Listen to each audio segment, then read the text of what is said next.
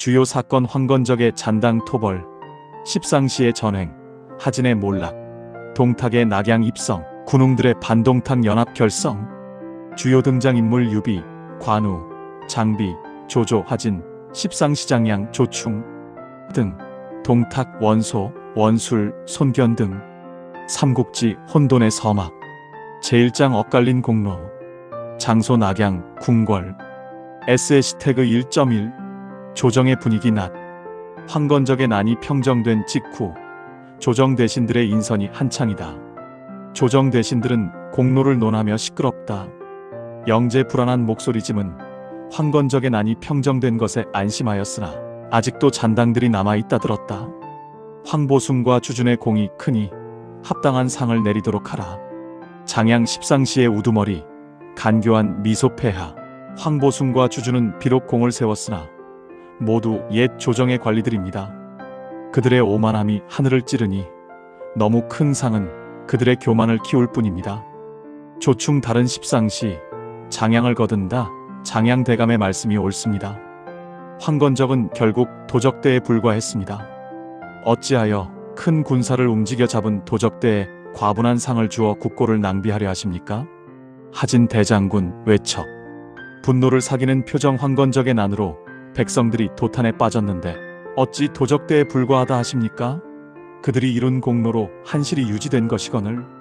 장양 하진을 비웃듯 대장군께서는 외척으로서 나라의 안위보다 무인들의 어깨만 높이려 하시는군요. 하진 이를 악문다. 이 간악한 환관들. 영재 초조하게 그만. 모두 그만두시오. 황보숭은 좌장군에 봉하고 주준은 하남윤에 봉하되 그들의 권한을 제한토록 하라. 그리고 황건적 토벌에 나섰던 의병장 유비는 어찌 되었느냐. 조충 경멸하는 투 듣자 하니 탁현에 미천한 사람이옵니다. 작은 공을 세웠다고는 하나 변변치 않은 공로이옵니다. 공적을 인정하여 안희현 위에 제수하면 족할 것입니다. 하진 놀라며 겨우 현이라니요? 그는 황건적에 난 초기에 의병을 일으켜 공을 세운 영웅입니다. 장양 손을 흔들며 하진 대장군, 하찮은 이에게 너무 신경 쓰지 마십시오. 중요한 것은 궁궐 내부의 안정이옵니다. 영재는 미지근하게 고개를 끄덕인다. 하진은 분노와 좌절감에 휩싸인다. 십상시들이 미소 짓는다. 장소 안희현. SH태그 1.2, 유비의 좌절 낮, 안희현의 작은 관청. 유비는 현위의 낡은 관복을 입고 관아 앞에 서 있다. 옆에는 관우와 장비가 서 있다. 유비 쓴 웃음 하. 황건적 토벌에 목숨 걸고 나섰더니 얻은 관직이 겨우 현이라니. 현의 하급 관리라니. 이래서야 백성들을 위한 큰 뜻을 펼치기 어렵겠구나. 관우 수염을 쓸며 분노를 감춘다. 형님, 미천한 출신이 조정의 인정을 받기란 하늘의 별 따기입니다. 게다가 간악한 환관들이 권세를 잡고 있으니 장비 격앙되어 쳇, 그 썩어 빠진 놈들. 형님이 세운 공이 얼마나 큰데 감히 촌뜨기 대접을 한단 말이오. 당장 낙양으로 쳐들어가서 그 십상시 놈들의 목을 베어버려야 속이 시원하겠소. 유비장비의 어깨를 토닥이며 아우야, 분노는 이해하나 참고 기다려야 한다. 아직 때가 아니다. 우리가 뜻을 펼치지 못하는 것은 어쩌면 더 큰 난세를 기다려야 한다는 하늘의 뜻일지도 모르지. 그때 현을 시찰하러 온 도구가 거만한 태도로 관하로 들어선다. 도구 유비를 깔보는 시선으로 현이 유비, 현의 재정을 점검하러 왔다. 장부를 가져와라. 그리고 내가 백성들에게 얼마나 긁어모았는지 솔직히 말해라. 유비 공손히 도구님, 현의 재정은 항상 투명하게 운용하고 있으며 백성들에게 과도한 세금을 징수하지 않았습니다. 도구 코웃음 흥. 내 놈이 황건적을 잡은 공으로 현이가 되었으니 얼마나 백성들을 쥐어짰을지 뻔하다. 내 장부를 믿을 수 없으니 당장 내 재산을 바치고 물러나라. 그렇지 않으면 내 놈에게 죄를 뒤집어 씌워 파직시키고 감옥에 가둘 것이다. 장비 폭발 이 빌어먹을 놈이. 장비가 분노하여 도구에게 달려들어 몽둥이로 마구 때려 눕힌다. 도구가 비명을 지른다. 관우 말린다. 셋째 아우, 진정하게. 유비 씁쓸한 표정 되었다. 아우야, 이 썩은 세상에서는 이런 일이 비일비재하구나. 우리가 이 관직에 미련을 둘 필요는 없지. 유비는 관인을 바닥에 던지고 세 사람은 그 길로 안희현을 떠난다.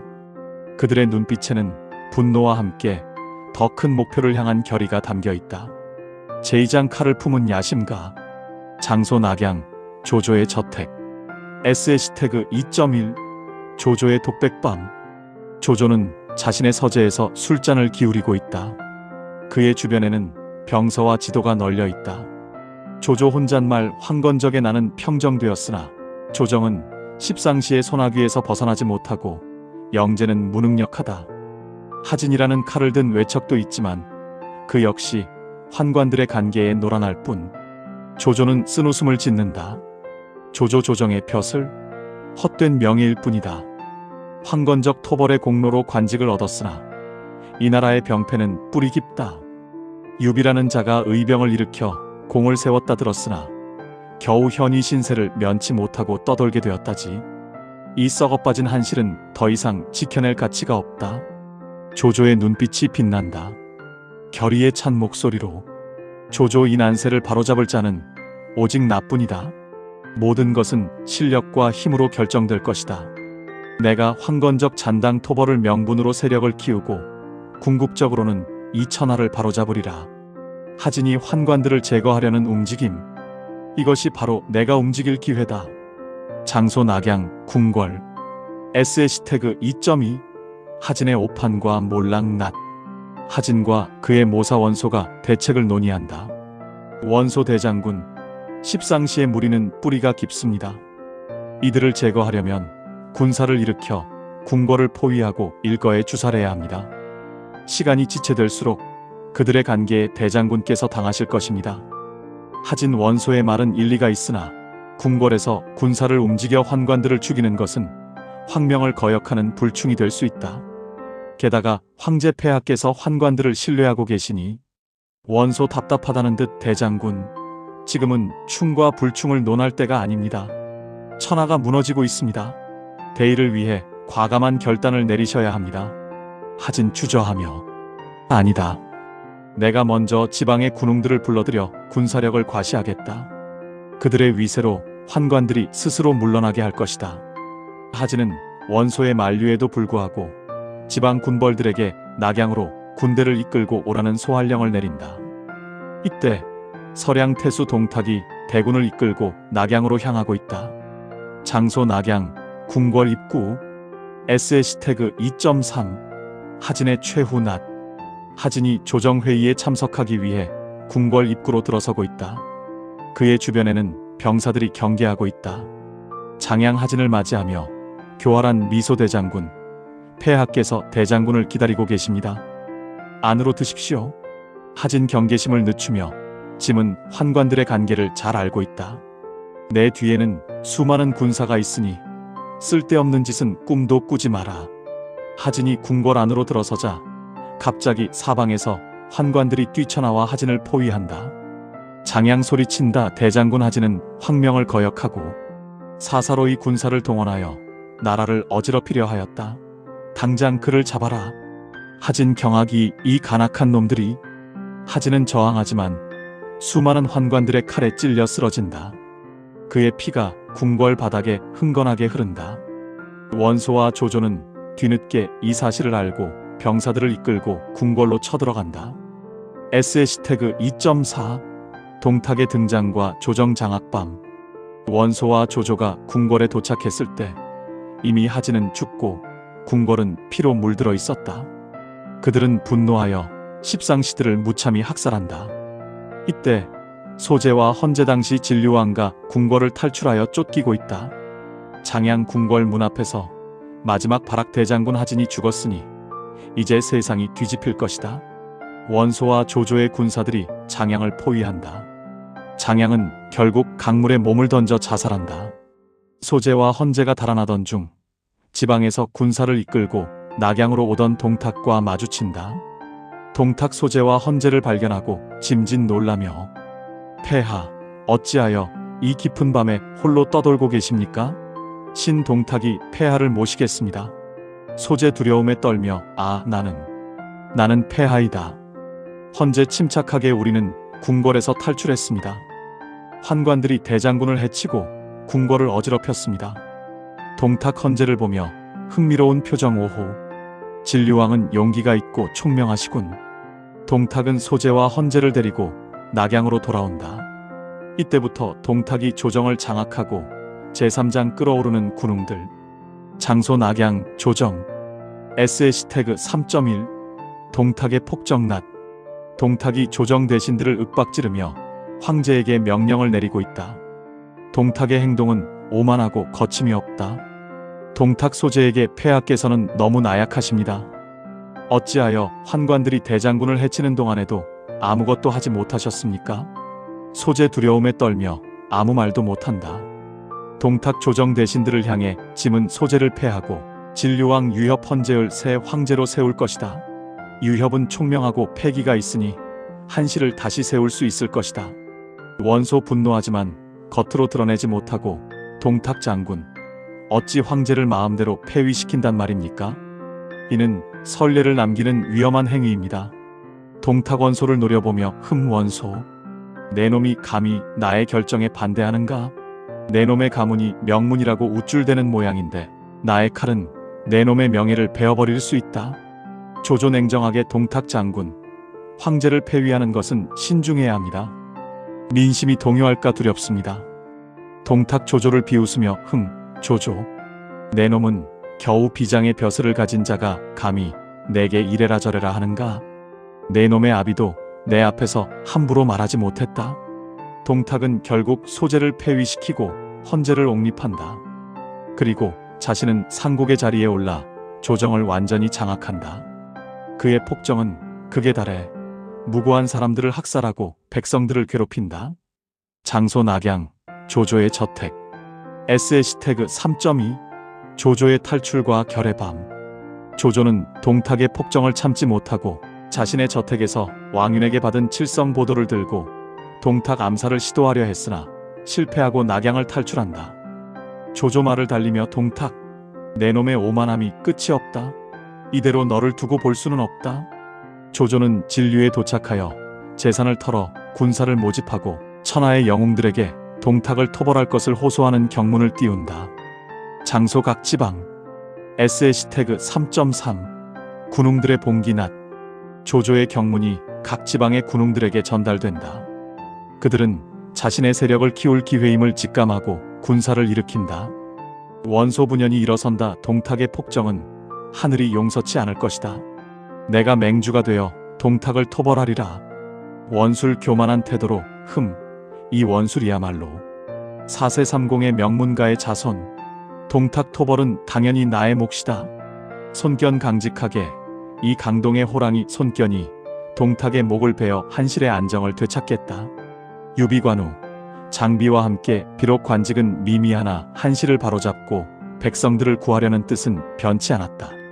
우리 세 형제가 힘을 합쳐 동탁을 치러 가자. 각지의 군웅들이 군사를 이끌고 호로관으로 모여든다. 이들은 명목상 한실을 위한다는 반동탁 연합이지만 속으로는 서로를 견제하고 자신의 세력을 키울 야심을 품고 있다. 제4장 호로관의 결전과 맹주의 탄생. 장소 호로관, 반동탁 연합 진영. S#4.1 맹주 회의와 연합군의 갈등 낮. 반동탁 연합의 군웅들이 모여 회의를 연다. 모두들 누가 맹주가 될 것인가에 신경을 곤두세우고 있다. 원소 자신감 넘치는 목소리, 이제 연합군이 모였으니 맹주를 세워 군령을 통일해야 할 것이다. 4세30의 명문가인 나 원소야말로 맹주로서 가장 적합하다. 원술 불만 가득한 표정. 형님, 어찌 형님만이 명문가란 말입니까? 나 역시 원소 가문이 후예. 군량미는 내가 되겠다. 군사적인 측면에서는 내가 더 낫소. 조조 냉철하게 지금은 누가 맹주가 되느냐보다 동탁을 어떻게 토벌할 것인지가 중요합니다. 동탁은 명장 여포를 앞세워 호로관의 강력한 방어선을 구축했습니다. 우리의 힘만으로는 어렵습니다. 손견당당하게 허울 좋은 명분 싸움은 집어치우고 당장 칼을 들어 동탁을 쳐야 합니다. 군량미를 대는 자가 있다면 그가 맹주가 될 자격이 있겠지요. 결국 군량미를 책임지겠다고 나선 원소가 맹주로 추대된다. 유비, 관우, 장비는 조조의 옆에서 미미한 위치에 서 있다. S-4.2 호로관 전투와 삼형제의 활약 낮. 호로관 전투. 동탁의 양자 여포가 압도적인 무용으로 연합군의 장수들을 물리친다. 여포 호탕하게 웃으며 하하, 감히 내 상대가 될 자가 있느냐? 동탁 상국의 위험을 만천하에 보이겠다. 여포의 무용에 연합군의 장수들이 모두 겁을 먹고 뒤로 물러선다. 이때 관우가 앞으로 나선다. 관우 청룡 언월도를 들고 이 관우가 여포의 상대가 되어주겠다. 관우와 여포가 치열하게 맞선다. 둘의 싸움은 쉽게 승부가 나지 않는다. 그때 장비가 참지 못하고 달려나간다. 장비창을 휘두르며 이 장비도 빠질 수 없지. 감히 여포, 내 놈이 하늘인 줄 아느냐? 관우와 장비가 협공하지만 여포는 여전히 밀리지 않는다. 그때 유비가 쌍검을 들고 합류한다. 유비 쌍검을 휘두르며 여포, 한실의 충신들이 너를 용서치 않을 것이다. 유비, 관우, 장비 삼형제의 협공에 마침내 여포는 밀리기 시작한다. 여포는 삼형제의 무용에 놀라며 후퇴한다. 원소 놀라움과 질투 섞인 표정. 저들이 바로 유비, 관우, 장비라 했던가? 미천한 출신이라 들었는데 저토록 뛰어난 무용이라니. 조조 흡족한 미소 하하. 저들이야말로 진정한 영웅들이다. 삼형제의 활약으로 연합군은 사기가 올라 호로관을 함락시키고 낙양으로 진격한다. 장소 낙양, 궁궐.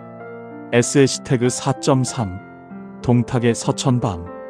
동탁은 연합군이 낙양으로 오는 것을 보고 겁에 질려 낙양을 불태우고 황제 헌제를 데리고 장안으로 천도한다. 낙양은 폐허가 된다. 동탁 장안으로 가는 길에 원소, 조조, 너희들이 감히 나를 치려하다니. 두고 보자. 나는 결코 무너지지 않는다. 장소 낙양, 폐허가 된 궁궐. S-4.4 연합군의 와해 낮. 연합군은 불타버린 낙양에 도착한다. 그들은 동탁을 추격할 것인가를 두고 격렬하게 논쟁한다. 원소 동탁은 이미 멀리 달아났다. 이제 각자 고향으로 돌아가 전열을 재정비하는 것이 옳을 것이다. 원술 그래. 동탁의 꼬리만 쫓는 것은 이득이 없다. 조조 분노 여러분, 지금이 동탁을 완전히 제거할 절호의 기회입니다. 동탁을 쫓지 않고 어찌 영웅이라 할 수 있습니까? 손견 조조를 거둔다. 조조의 말이 옳다. 우리는 한실의 안정을 위해 모인 것이 아니었던가. 하지만 대부분의 군웅들은 동탁 토벌보다는 자신의 세력 확장에 더 관심이 있었다. 결국 반동탁 연합은 뿔뿔이 흩어진다. 조조와 손견만이 동탁을 쫓지만 동탁의 강력한 군대에 의해 패배하고 만다. 유비 폐허가 된 낙양을 바라보며 연합군은 겉모습만 번지르르 했을 뿐 각자의 욕심만 가득했구나. 이제 이 천하는 진정한 군웅들의 시대로 접어들게 될 것이다. 유비, 관우, 장비는 폐허가 된 낙양을 뒤로하고 그들만의 새로운 길을 찾아 떠난다. 조조와 원소는 각자의 세력을 키우기 위해 전쟁을 준비한다. 황건적의 난 이후 천하는 이제 완전히 새로운 혼란의 시대로 접어들었다.